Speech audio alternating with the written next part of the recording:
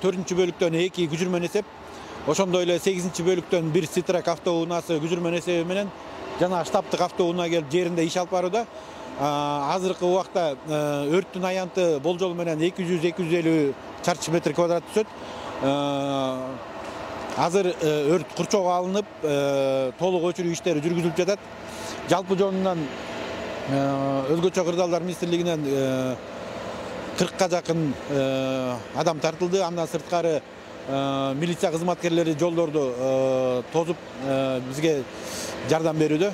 Азыр тазалыктан жана РЭСтен кишилер чакырылган, электриктер бул жакта, водоканалда келди. Азыр тазалыктан бир водовоз дагы жардамга келатат. Буюрса жарым саат, 1 сааттын ичинде толук өрттөр өчүрүлөт.